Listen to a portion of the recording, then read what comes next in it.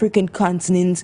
As per reports, the financial support will be given for a duration of over 3 years. Nonetheless, China's promise to carry out 3 times as many infrastructure projects across the continent in recent years has become the focus of intense geopolitical competition between global powers like China, Europe, and the United States. What are the implications of this fresh funding, especially in the wake of Africa's looming debt crisis? Join us as we unpack these and today's topic of discussion. Ladies and gentlemen, thank you for joining us. Stay with us.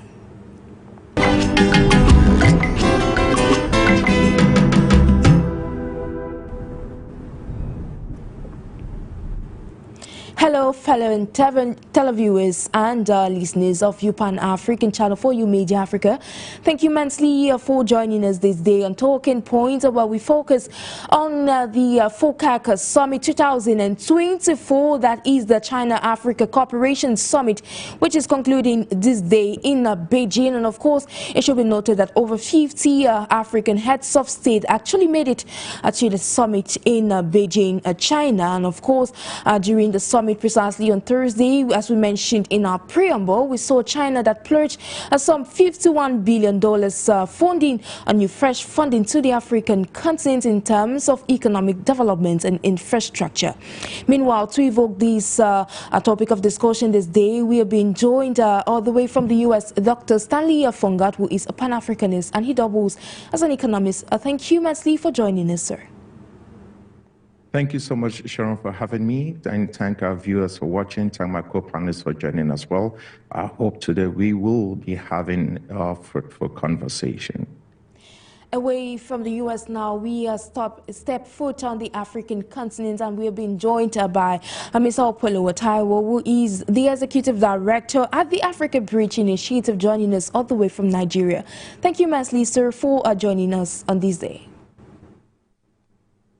Oh, good afternoon.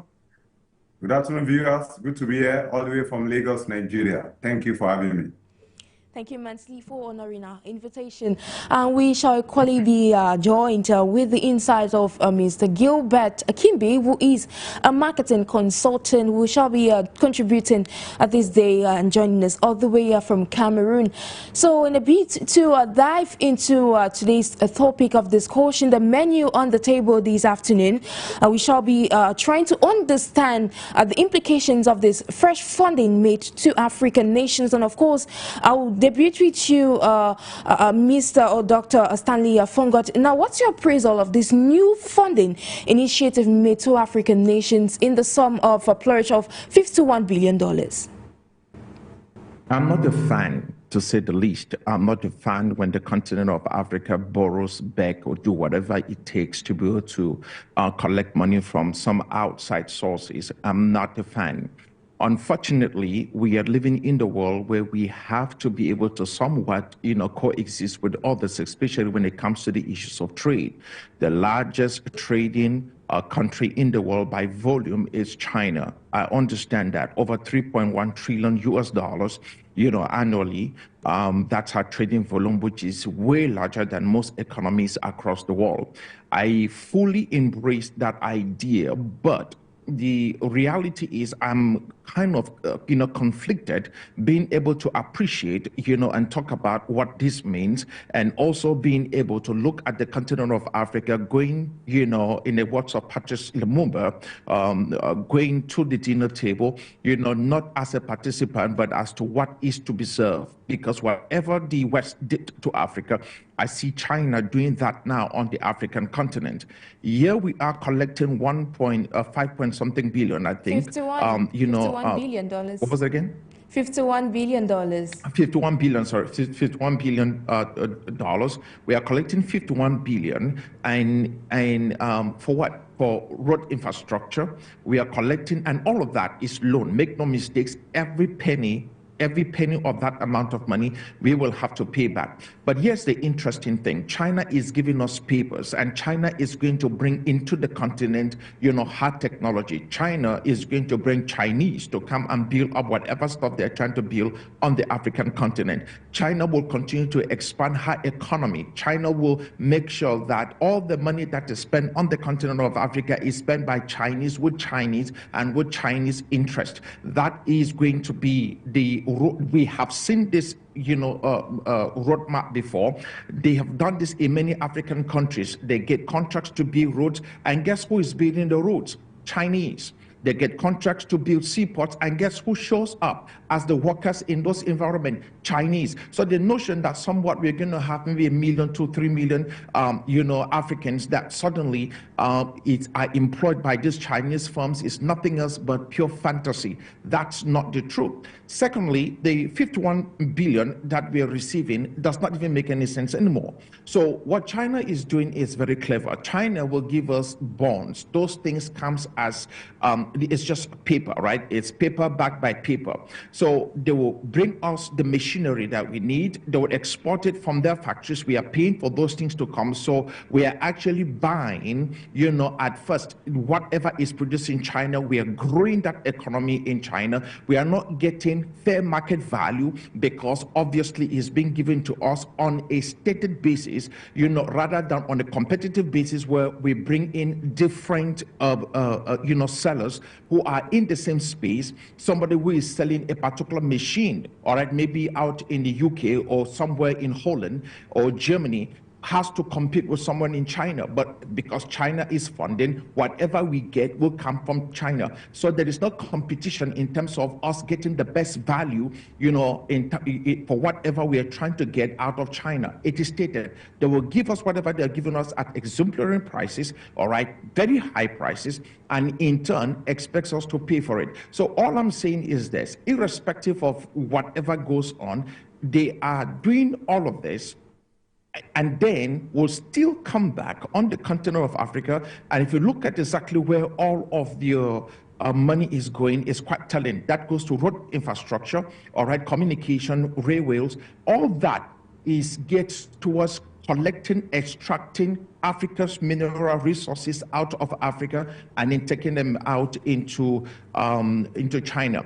Look at Cameroon, the seaport in Cameroon, same idea. The seaport in Cameroon has an extra terminal, that's in KIMBI, Cameroon. It has an extra terminal, and that terminal is just for Chinese use. You know what that terminal is used for? Is to carry iron ore from inland and then bring them out of, to right there to that seaport and then ship them out to China.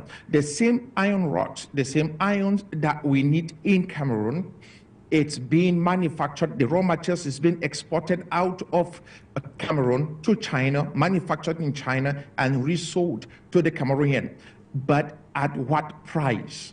At what price? So I'm quite conflicted, maybe subsequently as we begin to dive deeper into what this means, to the African, but, I'm quite conflicted that we have not learned anything from the West.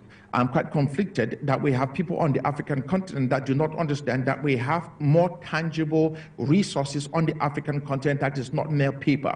We have what is bigger than the US dollar on the African continent, and this is gold, diamond, cobalt, and all the mineral resources that we have that is bigger than all of these, red carpet garbage that is taking place in China. And unfortunately, since the African is going to be the African, and most of our leaders are quite, they don't have two functioning brain cells to understand what's going on, and those who are around with them are yes ma'am, yes sir, and they just go along. I mean, can you imagine one country basically sits down, call 55 African nations, and then to show up right there, in Beijing, and they just go like swarm of bees with with absolutely nothing, to think about. They just go there, take pictures, and thank you for the money.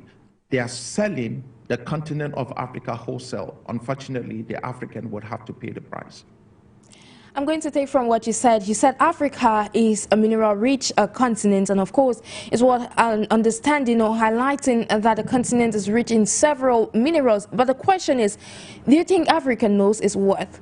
But away from that, Mr. OPEOLUWA, we heard your co-panelists speaking. In line with what the South African president made his remarks while addressing the 2024 Focac summit, he said that this funding or the relations that the African continent has with China is in no way going to lead the continent into a debt trap. Now from that, in your opinion, what do you think are some of the underlying root causes of these looming debt crisis that over the years Africa still continues to talk about? All right, so thank you for having me. That's a good question coming at the verge of the Beijing conference talking about the 2024 Focac summit, which started year 2020. All right, so unlike my other panel have said, we must understand that in Africa, for instance, in Nigeria, we are currently building a $1 trillion economy as a GDP for Nigeria. All right, so we're also looking at building various businesses to be able to survive the 21st century economic challenges. So now beyond that, when you're building an economy as a nation, you look at your continent. How do you collaborate within the continent? Now, beyond the continent also, you also look at where do you get your funding in order to sustain the development pattern that you are growing in individual countries and the continent. Now, the nearest cake in the is coming from the China. Now, the Chinese relationship with Africa has been a very long relationship, but the relationship has not been seen to be as productive as we think it should have been. And for me, I would not really blame the Chinese leaders or the Chinese citizens. The blame game will still be on the African leaders. Now, when a country is giving out $51 billion into the continent, it is coming in 3 stages. Number 1, it is coming in terms of FDI, that is foreign direct investment. Number 2, it is coming in form of a loan. Number 3, it is coming in form of a grants. All right, so when it's coming in these layers, it shows that the grants will be minimal. The foreign direct investment will be minimal. The highest fund as part of this 51 billion will be coming through the loans. And when you're giving a man loans, for instance, if a commercial bank is giving you loan, no man gives you loan because of friendship. Every loan must come with an interest. There's always an interest on every loan being given, whether it's being given by a commercial bank or it's being given by country to country. So this time around, more than 70% of that 51 billion that will be coming to the continent of Africa will be coming in form of a loan. And as of today, we are having a debt servicing ratio crisis already because we can't service our loan in the past. And now we are having another cake in form of another loan. So what does that mean? That shows us that the development we are looking for might not be as smooth as we think, because the intentionality, the capacity building on the part of the political leaders, we are not seeing it. So signing the checks, collecting the loans, collecting the FDI is not really the ultimate solution. The ultimate solution is for the intentionality of our political leaders to understand that if you are collecting $51 billion, what are you doing with that $51 billion? What are you going to be doing in the area of agriculture? What are you going to be doing in the area of infrastructure? What are you going to be doing in the area of security? What are you going to be doing in the area of technology innovation, including artificial intelligence? What are you going to be doing in the area of human capacity building? The political leaders, are they ready to channel this fund to all of these layers that I have highlighted? The answer is no. So our leaders must understand that collecting this cake is not the ultimate goal, but where is the cake going? And how are you sure you'll be able to pay back the interest on this particular loan? That is the challenge on the continent of Africa. And that is the challenge for the 33 countries in Africa that is going with China in the next 5 to 10 years of the economic development. Thank you immensely, Mr. Taiwo. Just to reiterate, like you mentioned, in terms of capacity building on the African continent, Africa is indeed rich in terms of human capital. And of course, that is why we keep having partners coming to the continent. But away from that, Mr. OPEOLUWA, now, taking you over to you, Mr. Gilbert. Now, China has pledged this funding to the African continent and is expected to have a duration or to be dispatched over a duration of 3 years on the African continent in terms of economic cooperation. Now, this comes amidst the impending or looming debt crisis, which we have mentioned and your co-panelists have cited so far. But do you think that this timing is really perfect? The timing of China's pledge of 51 billion for Africa over the next 3 years is indeed both strategic and complex, especially given the current debt crisis facing the continent. And let's break this down. First, the timing is significant because it aligns with Africa's urgent need for economic support. You know, the continent Africa is actively dealing with and struggling to manage the serious issues of debt, and many African countries struggle with, you know, the high cost of servicing their debt. So a significant portion of government's revenues is allocated to debt repayments, which can, you know, limit funds that are available for essential services like healthcare, education, and infrastructure. So by pledging this substantial amount, China is offering critical financial resources that could help address immediate economic challenges. It could stimulate infrastructure development and boost industrialization efforts across Africa. So, however, the complexity of this timing cannot be overlooked. Africa's debt crisis is not just a financial issue, but also a structural one. Many African nations are already heavily indebted, and while additional funding, you know, can provide relief, it's crucial to consider that the nature of this funding is it coming as a debt, as a grant, as an investment, or a combination of these? If not managed well, additional debt could, you know, worsen the problem rather than solving it. Therefore, the effectiveness of this pledge will largely depend on how these funds are structured and utilized. So, China's funding comes with the opportunity to invest in key sectors like infrastructure, healthcare, and technology. So these investments have the potential to create jobs, enhance productivity, and foster sustainable economic growth. However, it's essential for African countries to leverage these funds in a way that, you know, promotes long-term economic stability rather than short-term gain.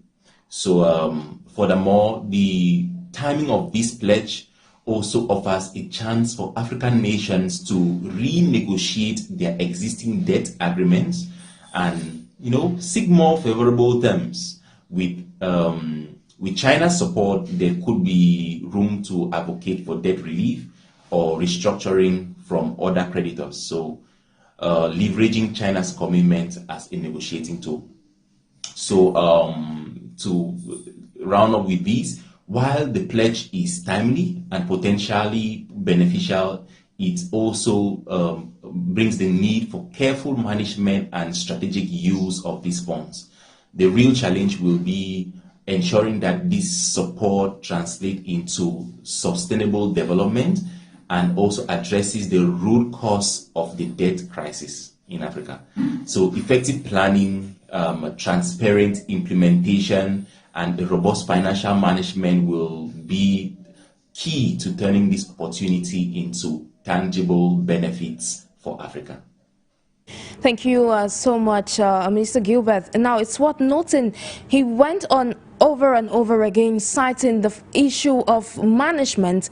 And that leads me to the next question to you, Dr. Fongod. You listened to your co-panelist, and of course, while listening to him, he evoked the issue of Africa better managing this splurge, or better still, this new fresh fund to the African continent, so it doesn't translate into, say, another pending debt crisis already added to the one that the African continent already has. So, do you share the same opinion as your co-panelist? Well, look, we have been down this path before. I don't think that this is something that is quite new. As of 2020, remember the $40 billion that was handed over to Africa by China? Absolutely. We had the $40 billion handed over to Africa by 2020. We had over 3,000 Chinese companies that were operating as a result of that across the continent of Africa. And the idea was simple, that we wanted to be able to do the same thing that China has done. All those investments had to do with infrastructure, they had to do with transportation, they had to do with power, and they had to do with agriculture. And so we are quite clear, especially when it comes to understand fully who China is and what China is interested in doing. China is not interested in building Africa for Africans. China is interested in building Africa for the Chinese. They're interested in building Africa for their interest. Yeah, but Dr. Fongod, and it will be... Dr. Fongod, sorry to cut you short, but while we're mentioning that China is building Africa for its own economy, it's equally worth mentioning, or I don't know, looking at, if we're having this conversation, is because we have this lack of accountability on the African continent. If we had, in the last summit, there was $40 billion that was actually received, and now we're receiving $51 billion. What has that money been used for? And are there any traces on the African continent that shows that there have been progress in the way this money has been used for the development of the continent?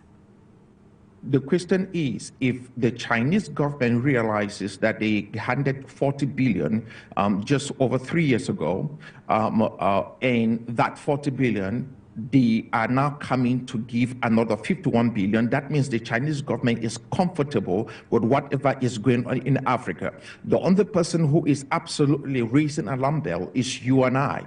We are the ones who are saying something is amiss, something is wrong. Where are the developments? We have not seen anything. Where has the $40 billion gone to? Apart from the $40 billion, I want you to also understand in 2020, the rest of the world, especially EU, just about 3 countries in Europe, were able to fund to the tune of $240 billion on the African soil. Where is the development? I understand what you're saying in relationship to the fact that there's mismanagement. Of course, there's mismanagement. That is not the problem. The problem here is the fact that it's like having someone who is addicted to gambling, and then they keep coming to you and borrowing money, and you know they have this huge piece of land as collateral, and instead of saying, wait a minute, you have to be a little bit more responsible with your borrowing habits because you keep gambling this stuff away, sooner or later your collateral is gone. But the Chinese actually wants to take over the collateral. So what did they do? They keep giving you the money. Do whatever you want to do with it. The issue is we have to have real accountability on the continent in relationship to how we spend our money. There is the famed Cameroonian artist, I think that period in Banga. He says something in Pidgin, which I'm just going to paraphrase. He says that, think about it this way. He says, imagine that, they keep talking about this issue about national debt, all right? It says national debt, national debt, national debt. They have taxed everybody on national debt. Even the person who is the little lady who buys vegetable and sell in Cameroon is called buy and sell them. It says they have taxed that individual too. It says, but here is the mystery about that national debt. He said, here's the premise. How much we owe, we do not know. How much we have paid, we don't know. What is the interest rate on the loan? We do not know. And how much is left to be paid? We do not know. And then he concludes by saying, this is grand fair for fee, right? Which basically means this is the highest form of 419, or this is the highest form of crookery.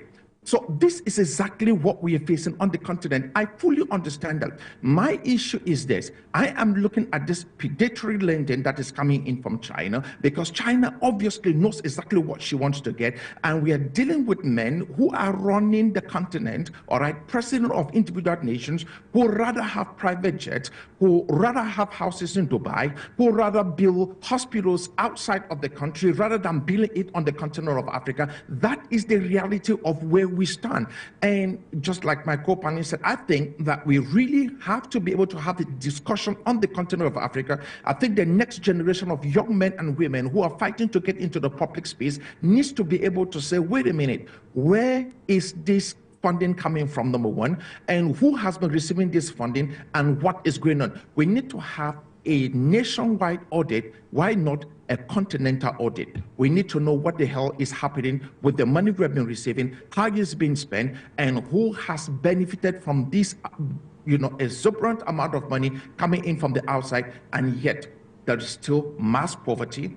Infrastructural development is nowhere to be seen, and the only areas that have been developed are the ones that are the areas that these companies or these countries are fully. By the way, when we talk about China, you have to fully understand that most of the Chinese firms that comes into Africa are actually owned by the Chinese company, by the Chinese government. It is not some privately owned company operating in China. No, those companies are fully controlled by China. So whatever they do on African soil is with the blessing of the Chinese government. So and obviously you will discover that most of those investments are done in areas of mining. You see them in oil, you see them in constructions of seaport. Reasons being because obviously that is their safe passage out of the continent to get whatever they're looking for. So we have to be a little bit more careful, especially when we look at this. It's not just, we have to look at this actually at the micro level, all right, before we even climb over to the macro level.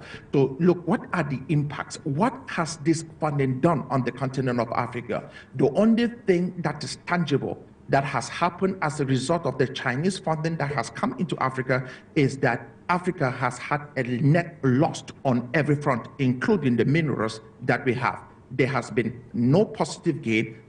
Somebody can fact check me on this. There has been no positive gain on economic terms. Africa has continually been losing. We are losing our minerals on a daily basis. It's exported out of the continent like there's no tomorrow. And even on top of that, as all the illegal minings that they are actually carrying out in Africa, which they cannot do in China, we are also losing land because the land from where these mining operations are taking place might not be, it might not be agriculturally suitable maybe for the next 50 years. That is how dire the situation is in Africa. Thank you immensely, Dr. Fongod, for that brilliant insight. Of course, I'll channel this next question over to you, Mr. OPEOLUWA. You listen to your co-panelist, and he cited a very pertinent point about, doing a research at the national level to be able to understand the implications, the impact this, pledges, or better still, this money has had on the individual countries and as a global state, the African continent. He equally mentioned the aspect of Africans actually trying to renegotiate or get into the table to reevaluate some of the terms of these loans in a bit to comprehend what they have paid, or what they have received, and possibly the interest which has been on these loans given to the African continent. But then, in a bit to ask you, you listen to your co-panelist and his point of view. Why do you think that we have, we still have more fundings coming to the African continent, though we have not, or we're yet to see some substantial impact, or or better still, the reasonable impact of these loans on the African continent? Where does it still come in? And why are Africans? Is it a time for Africans to get to the negotiating table and renegotiate some of the terms of these grants, or better still, these fundings that are coming to the continent? All right, thank you. So in answering your question, we're going to be looking at three phases to the question. Number one, Africa countries will continue to have challenge in the area of servicing loan. Why? Number one, our electoral processes are not seamless.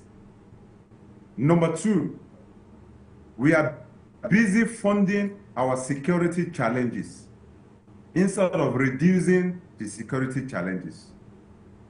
Number three, insincerity integrity issue on the part of our leaders. So let me go to the number one layer, talking about electoral processes that is not seamless. When you have a particular political party taking over the country of Nigeria, taking over the country of Cameroon for the next 5 years, after that political party finish, if that party fail to win another election, development will do what? Stop. But since another party is taking over, another party will want to start all over again. So election and electoral mismanagement has always been a challenge and will always be a challenge to our economic development. If we don't get our electoral process right, we cannot get it right when it comes to economy. A party cannot develop Africa. A single man cannot develop Africa. A single man cannot develop any nations of Africa. If the people of this, the citizens, are not fully part of the electoral process, then the economy cannot be seamless, because that is the challenge we're having. The people are being alienated from the electoral processes. Some don't even know how their leader came to be. They don't know how their leader came to power. You can imagine a man being in power since when I was born up to now, more than 30 years ago. Is that not a calamity? And you're looking for development. You can't see development. On the second layer, talking about the security challenges, political leaders in Africa are busy fueling and funding security challenges just to gain political power. So how do you expect to pay back the loan? Because whatever, any amount you are spending in your economy, it's not coming down from heaven. You are picking each naira, you are picking each dollar from the economy. So when we are not getting it right on the angle of security, then our economy cannot be seamless. And when the economy is not seamless, then paying back our loan or debt servicing will be a mirage.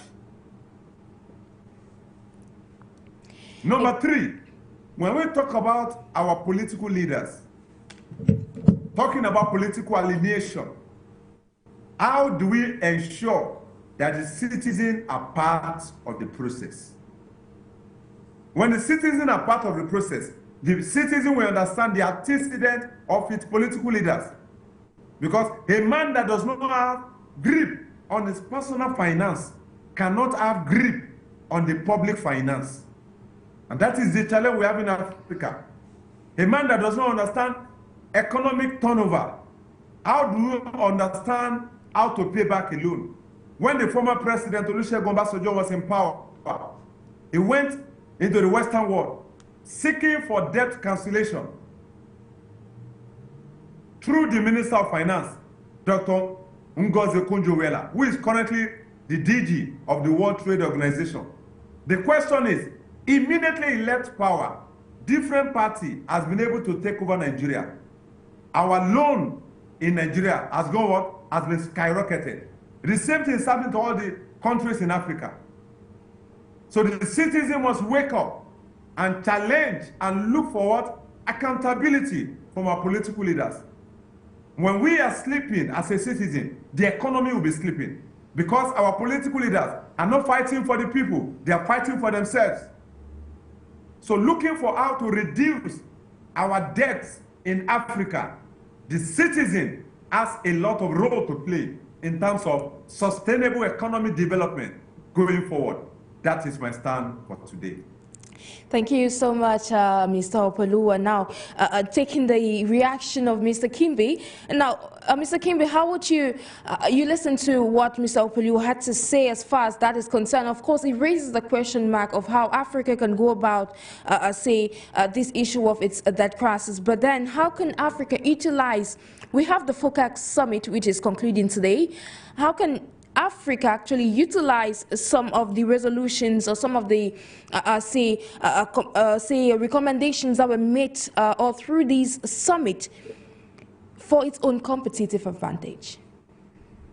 Yeah, the Focac summit concluding on September 6th in Beijing presents a pivotal opportunity for Africa to leverage its strategic positioning and partnership with China to enhance its competitive advantage. I do agree. So here's how African nations can utilize this summit to their benefit. First, by creating strategic networking and partnerships. The summit provides an invaluable platform for African leaders to engage directly with Chinese officials and business leaders. So by actively participating in discussions and networking opportunities, African countries can forge stronger bilateral ties and secure new investment commitments. So this is a chance to present their most promising projects and sectors for investment, such as infrastructure, technology, and renewable energy, ensuring that they can align with China's strategic interests and development goals as well.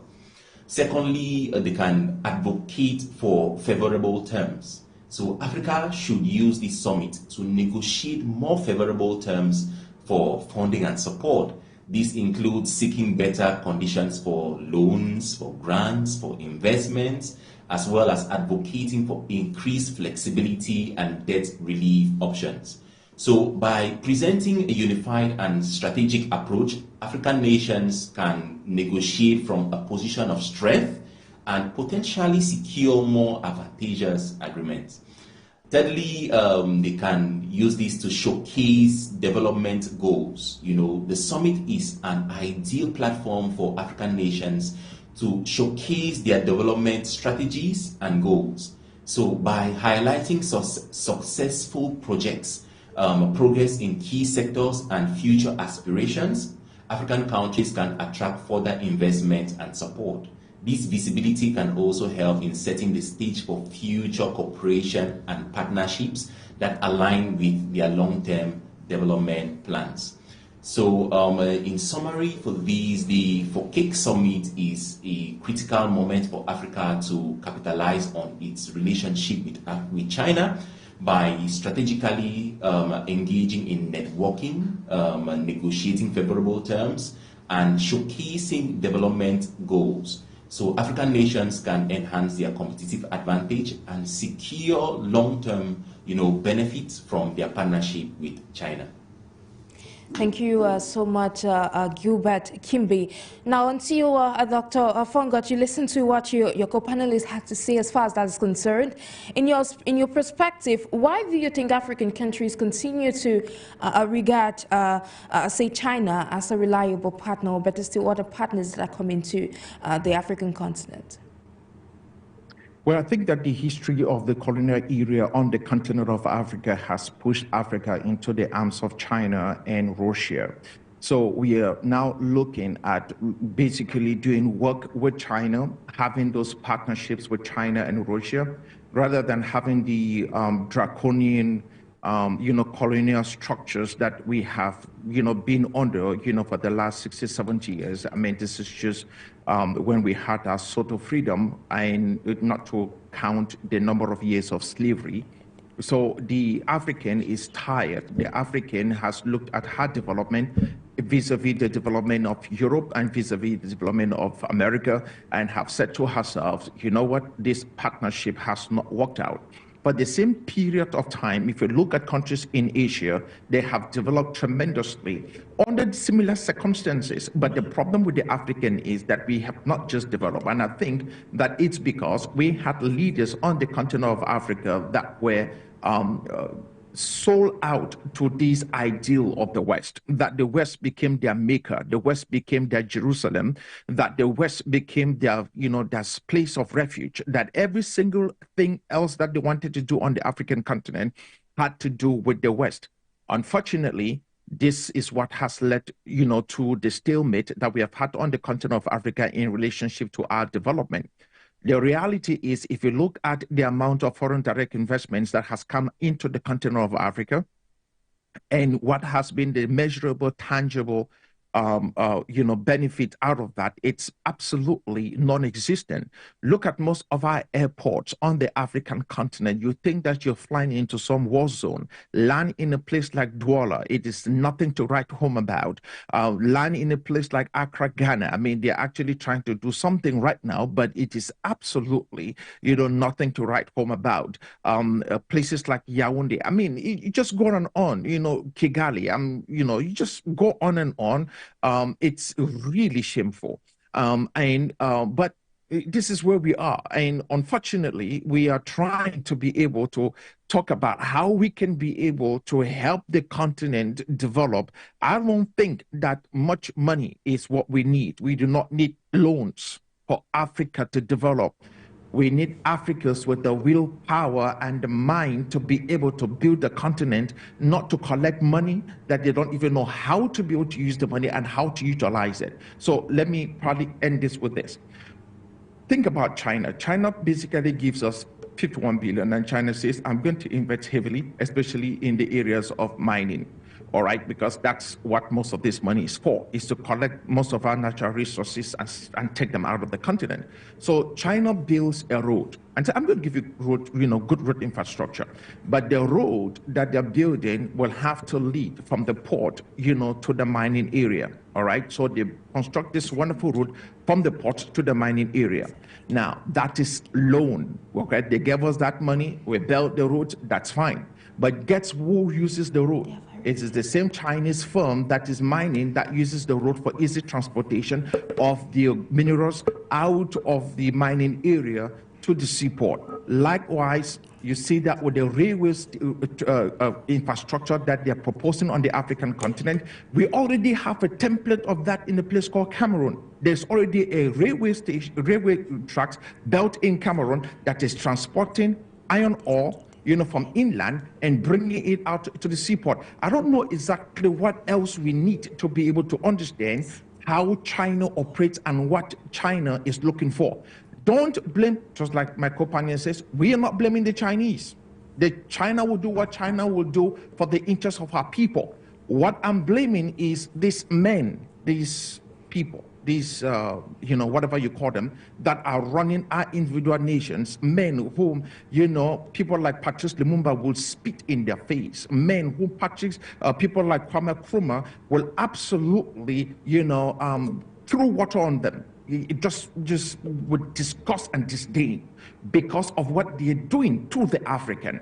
We carry our briefcases, our suitcases, and we go out there and we think we are all of that, and then we come back and collect all of this money, set up all of these things, eat the one we can eat, and then the rest of these guys, China is increasing, China is becoming, just like I said, China is has the largest trading volume for any country in the world. They actually, most of the things manufactured in America actually comes from China.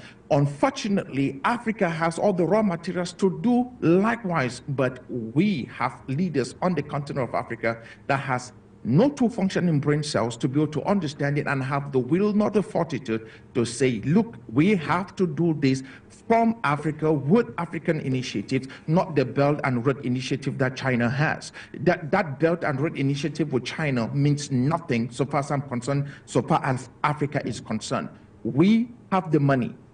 You say, how do we have the money? Because we have the raw materials. How do we have the money? We have oil. How do we have the money? We have gold, we have copper, we have lithium. Everything the world needs, we have it right now. If Africa can just secure DRC, Democratic Republic of Congo, take over DRC and say, you know what, all this madness taking place over here, we put an end to it. Just the wealth of DRC alone is enough to be able to solve Africa's issues.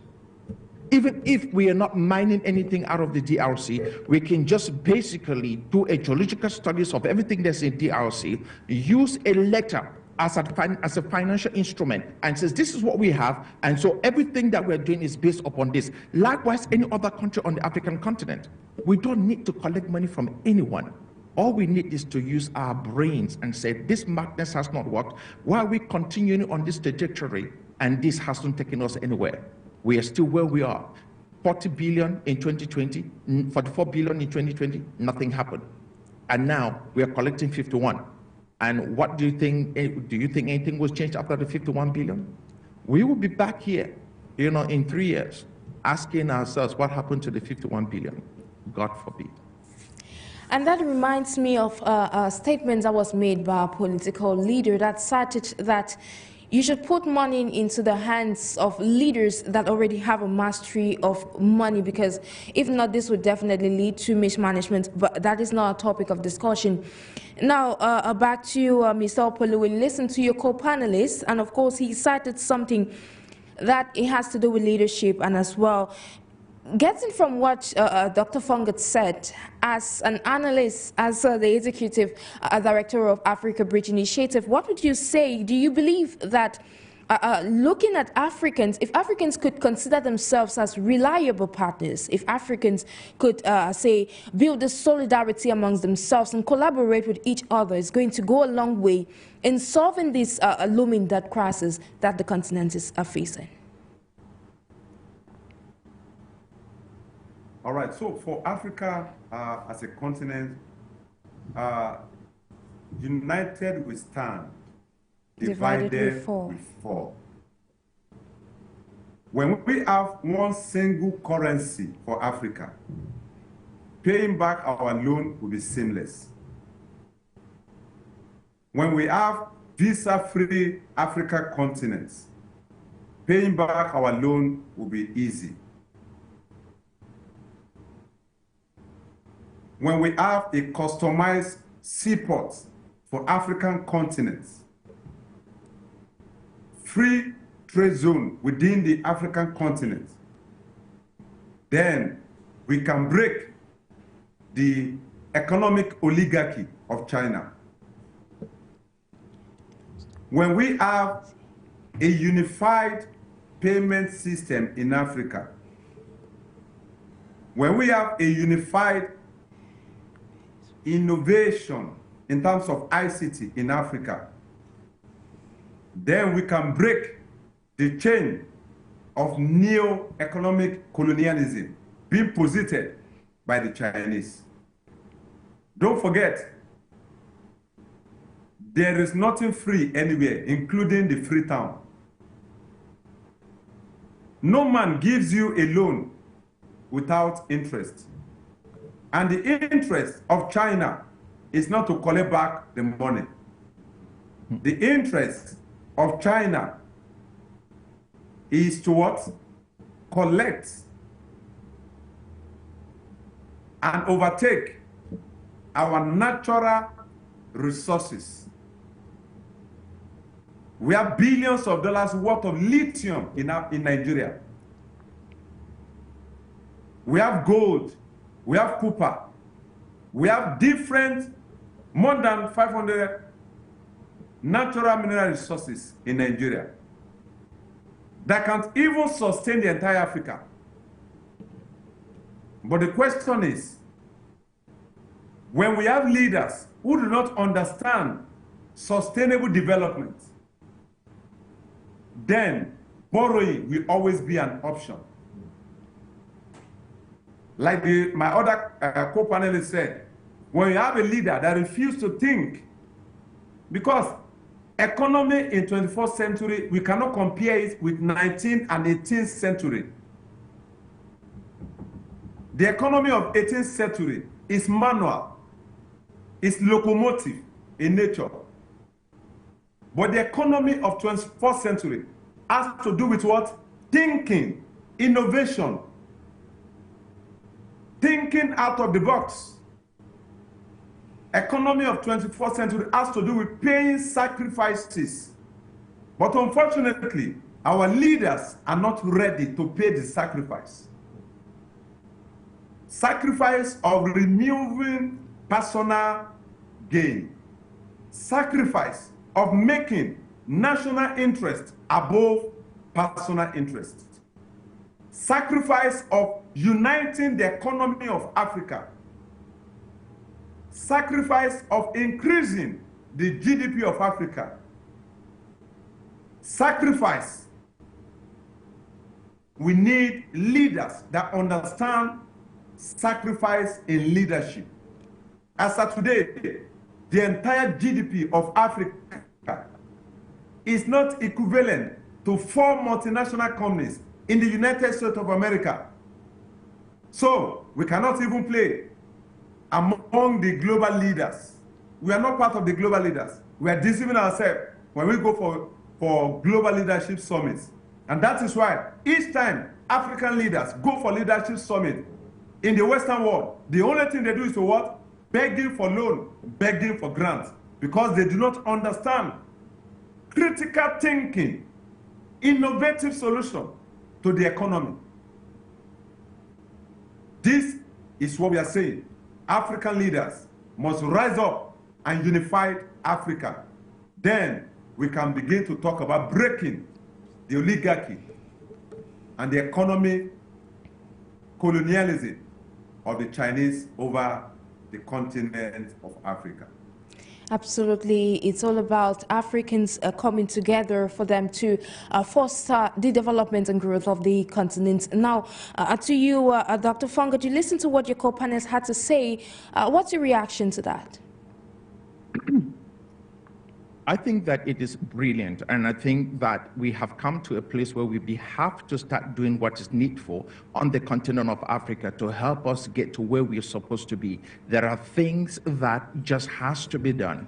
We must be able to fully understand that we must get into the area where we stop exporting raw materials out to the West and to the East, and we have to start converting some of these raw materials into semi or finished goods. That's the only way we build up our local industries. That's how we create jobs. That is how we also become competitive in the marketplace. We cannot just continually be shipping things out of the country, shipping raw materials out of the country. You have folks who went to school, educated in food sciences, they have the ability to work on machinery and do a couple of things, and yet we're exporting cocoa beans out of the continent instead of building factories where we convert cocoa beans into chocolate and somewhat semi-finished products or chocolate, paste in batch and ship them out of the country, to other companies that can be able to convert them further. We need to be able to tap deeply into the resources that we have, which means we must heavily invest in industrialization. We have to be able to build machineries. We have to build industries. We must be able to do that. We cannot continually just be a consumer-based economy, importing. Every single thing else that we have on the continent of Africa is imported from somewhere. I mean, why? I mean, look, as far as something as simple as toilet paper. I have someone who works in a place called Douala, Cameroon, and he owns a production facility where they produce toilet roll. There is nothing in Cameroon that is used in the production of toilet roll. There is a company outside of Yaoundé, which is owned by a Chinese guy, that converts paper, waste paper, converts that into tissue paper that they use in producing toilet roll. That's why most of the toilet roll you find in places like Cameroon are quite, brownish in color. That's from paper waste. But this young man imports his paper, his toilet roll in barges, gigantic rolls of toilet roll comes into the country, all right? But yet we have everything it takes to be able to produce our own toilet rolls in Cameroon. The roll in which you will think that brown stock roll in which we wrap the toilet roll over, you will think that we produce that in Cameroon. No, that too is imported. That stuff comes from somewhere in Ghana. All right, nothing that we use. I'm talking about as simple as the toilet roll, toilet tissue that we use in Cameroon. None of that stuff is manufactured in Cameroon.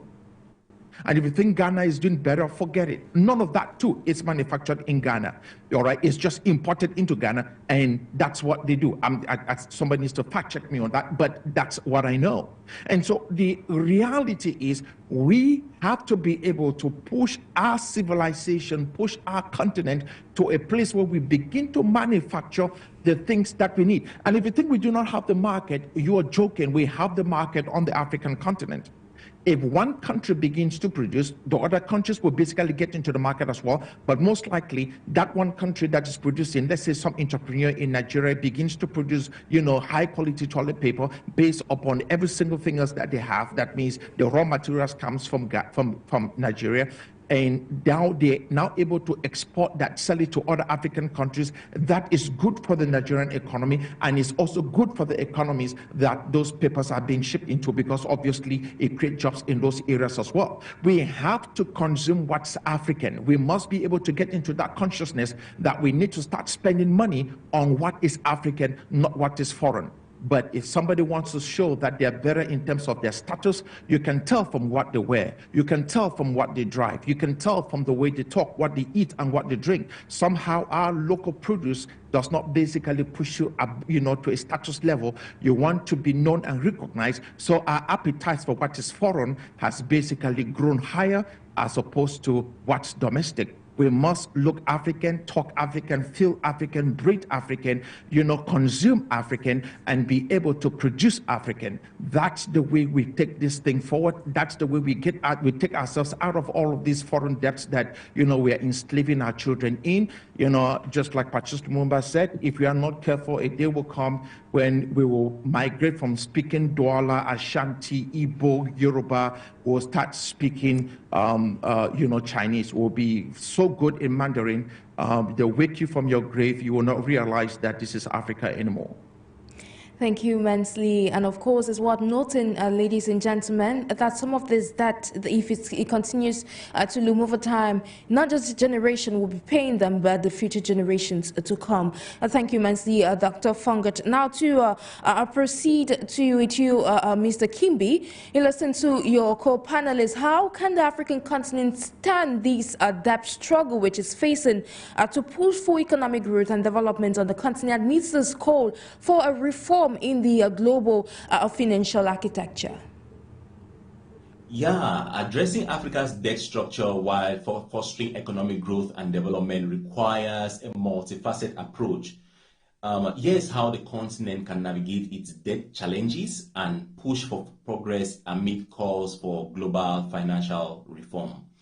So, firstly, by restructuring debt and relief, one of the most immediate steps African nations can take is to pursue comprehensive debt restructuring and relief. This involves negotiating with creditors for more favorable terms, such as extended repayment periods, reduced interest rates, and partial debt forgiveness. Engaging in multilateral debt relief initiatives, such as those supported by international organizations like the IMF and the World Bank, can also provide significant relief and free up resources for development in Africa.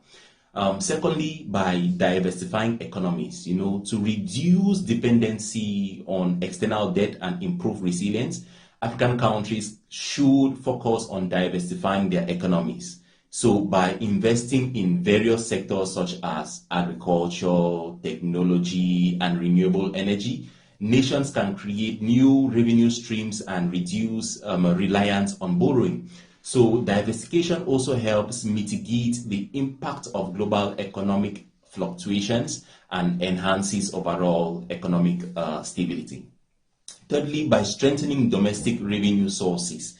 Enhancing domestic revenue generation is crucial for reducing debt dependency.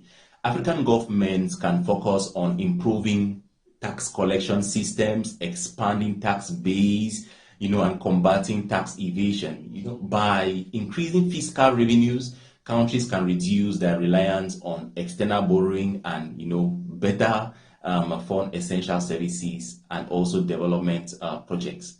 So, in summary for this, Africa's approach to managing its debt structure while promoting economic growth involves a combination of immediate debt relief measures, a long-term economic diversification, and enhanced domestic revenue itself. So by addressing these areas strategically, the continent can work towards a more sustainable and prosperous economic future.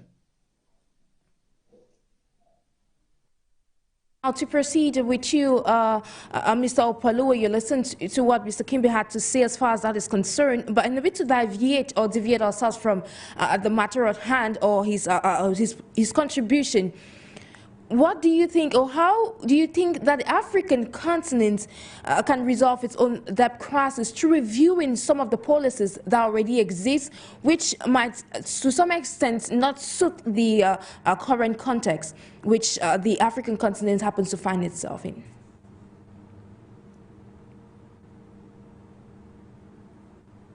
All right, so for Africa as a continent, we must understand that the development of each of the countries of Africa will, in return, affect the continent. So, look at the policy of subsidy removal in Nigeria.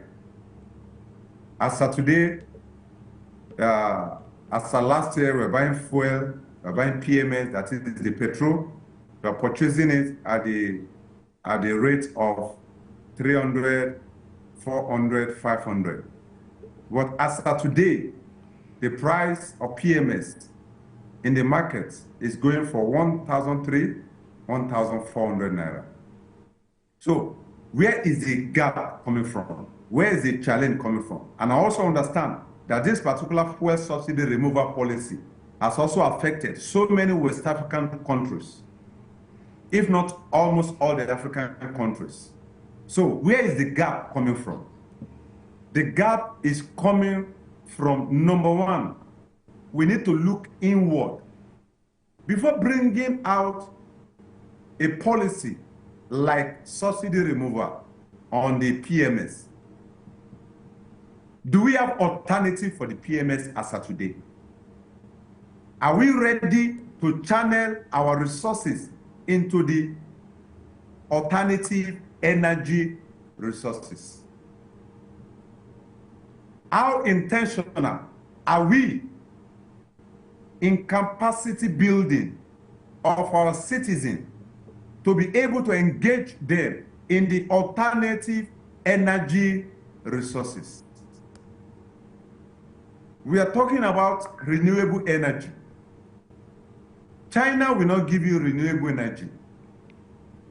China will only sell renewable energy to Africa. China will not give it for free. So if we are ready to embrace renewable energy, then we must diversify our funding, our resources into renewable energy. Once we are able to do that, the pressure on the petrol, on the PMS, will reduce drastically. And when the pressure reduces, our human capacity will develop. Our living standard will be increased. Then there will be what? Mutual development in Africa. Because with renewable energy, there are a lot of taxes that will be generated. Because so many SME holders will be going into that sector. And as they are going into that sector, the national or subnational government in different countries of Africa will be getting huge taxes, huge revenue. When you have massive revenue as a result of your internal diversification of economy, the pressure on the dollar will reduce. And you can maximize profit locally. Because the major challenge we have in Africa is that we are not maximizing our revenue locally. We are only maximizing revenue globally. And the revenue we are maximizing globally, that revenue is not coming to Africa. That is the problem we are having. Our revenue is going directly to the Western world. And unfortunately, China has given us this $51 billion so that they can be part of that revenue that is going to be coming out of Africa. It's unfortunate. Where do we go from here? We need solid local investment in the renewable energy. We need solid local investments. Mark my word. We need solid local investment in agriculture. If you are still relying on international investments, the revenue will not come to you. The revenue will go back to the country that is giving you those billions. So, Africa must rise up to develop Africa by local investments. And this local investment can only come through our local investors, because we have giants within Africa. We have the likes of Aliko Dangote. We have the likes of Femi Otedola, who are giants globally. When we embrace diversity in our economy, they can be able to channel their global investment. They can be able to channel it locally. And when they channel their investment locally, the revenue will become local and the development will become local. That is a new way to develop Africa. Absolutely, and you've cited brilliant points that Africa will need to take into consideration as far as overturning this debt crisis is concerned.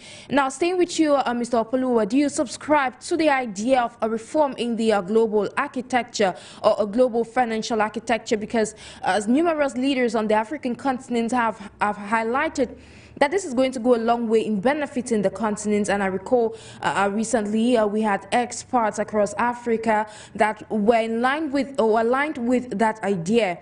And now, being an expert, do you believe that a reform within the global financial architecture is going to go a long way in suiting the debt crisis on the African continent? All right, so that's a fantastic question. But two things are involved. Number one, who is in charge of the global financial structure? It is the Western world.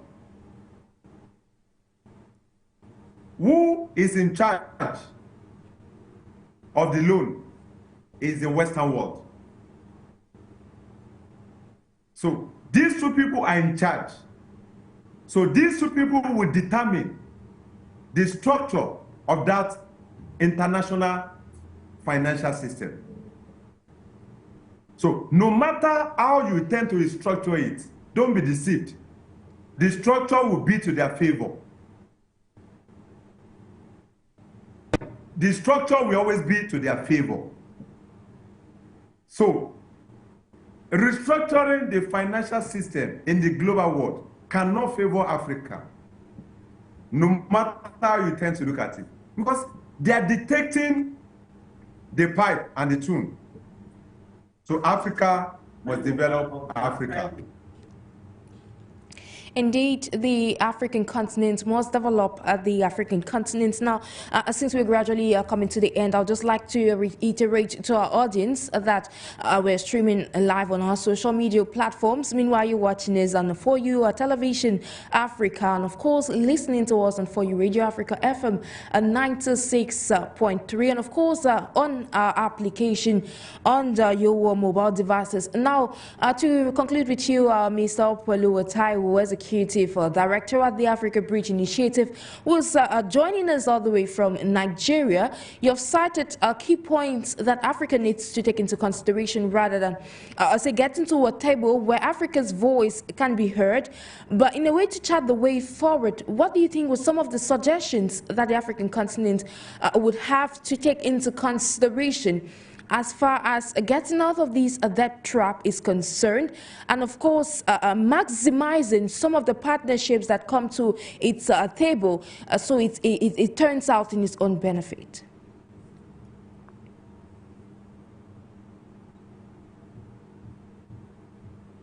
Mr. OPEOLUWA, are you with us?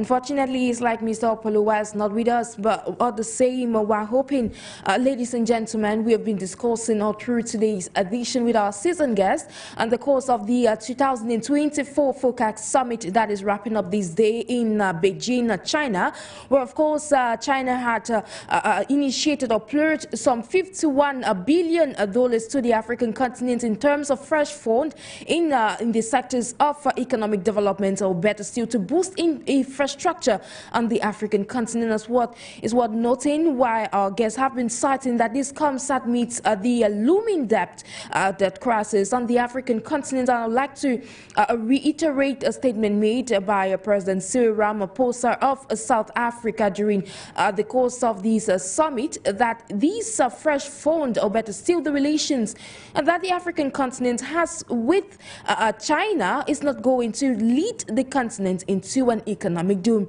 And of course, it's in line with statements equally made by the President of the Democratic Republic of Congo that China stands to be a reliable partner for the African continent. Meanwhile, Africans, Pan-Africanists, or better still, experts on the African continent, in line with our guest of today, have cited that Africa needs to get to a table where it gets to renegotiate the terms of some of the deals that do exist between the continent and the foreign partners, while trying to call for accountability. And of course, this is the time where it is mentioned that it's imperative for Africans to be accountable about the funds that get into the African continent, so it is used for the betterment of the African continent, citing that Africa stands to be a mineral-rich continent. Meanwhile, we just got indications that Mr. OPEOLUWA is back with us. Okay, in a bit to conclude today's edition of the program, Mr. Taiwo, now what is the way forward and what suggestions should be taken into consideration as far as today's topic of discussion is concerned? Africa, diversify our economy. Africa, build Africa. No continent in the world will build Africa. Africa must be ready to build Africa. Africa must be ready to open the borders within Africa. Bringing goods and services from Nigeria to Cameroon should be seamless. Bringing goods and services from Senegal to Nigeria should be seamless. We are always quick to have comparative analysis with the Western world. But there is European Union, and there is currency and visa seamlessness within European Union. Africa, too much of visa processes, too much of international trade policies. Each of the trade policies in Africa must be streamlined to unified Africa. Our trade policy must be streamlined. Our visa processes must be streamlined. And also, we must be intentional about growing local production. I repeat, we must be intentional in growing local production in the area of agriculture, in the area of natural resources. Africa continent, our bedrock is agriculture. We must be ready to go back to agriculture.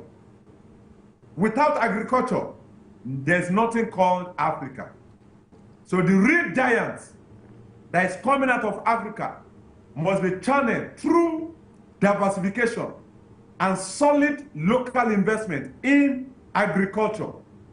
When we have a robust agricultural sector within Africa, the Western world, we have no choice than to bring us on board to negotiate economic policies rather than coming over to collect the Greek package that will never be favorable.